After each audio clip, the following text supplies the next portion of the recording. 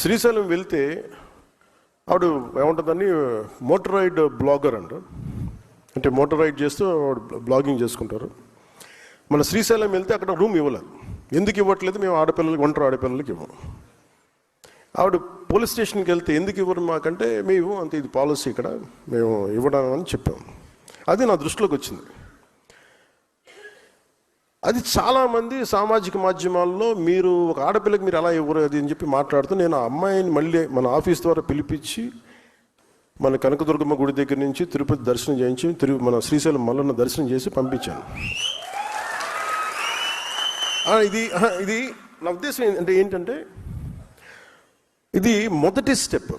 మీకు ఇక్కడ అంటే మనం చూడాలని మన ఇంటికి అతిథి వచ్చినప్పుడు మనం గౌరవించాల్సిన పరిస్థితి. గౌరవించడం మన సంస్కారం.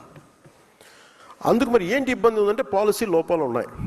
ఒంటరి ఆడపిల్ల వస్తే బయటికి వెళ్ళకూడదు. ఇంకా ఒక భయపెట్టే సమాజం అది. ఒంటరి ఆడపిల్ల వస్తే అనుమానాస్పదంగా చూస్తారా? ఇలాంటి మానుకోవాలి. దానికి ఒక tourism policy, safety tourism policy అయితే రావాల్సింది.